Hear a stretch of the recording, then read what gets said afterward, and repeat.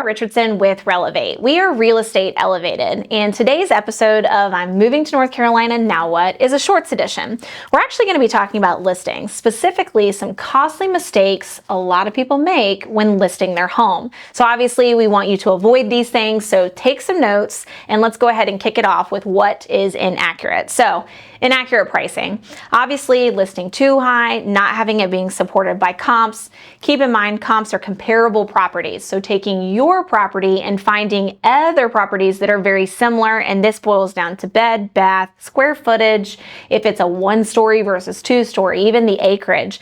Oftentimes, a lot of sellers will get very caught up in the neighborhood movement. But keep in mind, if you're the only ranch home in that neighborhood, your buyers are not going to be able to find comparable homes within the neighborhood itself. That appraiser might have to go a little bit wider. Also, the pricing on that particular home might be very different than all the 2 stories in the neighborhood. So make sure your pricing is accurate.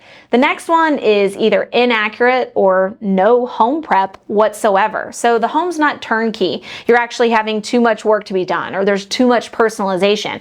A big one here in the great state of North Carolina, specific to the Triangle, is Duke, NC State, and UNC. If you follow any of those teams, people feel some kind of way about one or the other. So you want to make sure you don't have sports memorabilia, or if there's anything that could be tied into some personal beliefs that maybe would conflict with your future buyers.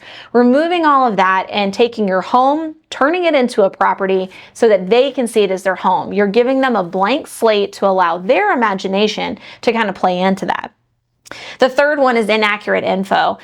This one I actually see more often than I would like, but properties being detailed wrong or incorrectly. When this happens, they don't populate in potential buyers' criteria pool. So to give you a perfect example, let's say that the home is detached. It's a single family home, but it's accidentally marked as an attached, meaning condo or a townhome.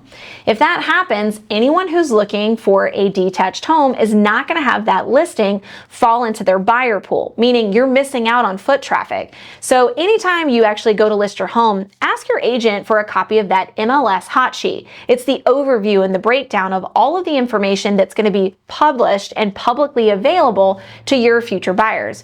You want to make sure there's no human error and that everything is on the up and up.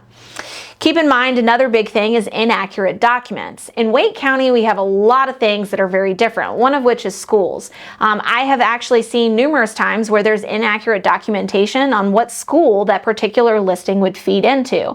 Make sure that you not only have accurate info, but that you're also uploading info into the MLS. If there is a plat map or survey available, any list of updates and upgrades, or even school assignment information, you want to have that in the document section on your MLS listing. It helps the buyer get a full picture of the property itself so they can give you the full asking price.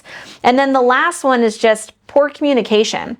You want to make sure that your agent, whoever's selling your property, is available to answer questions. Oftentimes, especially in a hot market, things have to get in very fast. And so buyer's agents need to be able to get a hold of the person who holds all the answers, especially if it's an obscure or very buyer-specific question. So make sure if your agent doesn't answer on that first call that they're at least getting back to you in a timely manner. That's going to be indicative of how they treat your listing. I'm Laura Richardson with Relevate. All right, y'all, thank you for joining us today. Be sure to like, share, and follow us on Instagram as well as YouTube. We're also on Apple Podcasts. Again, I'm Laura Richardson with Relevate.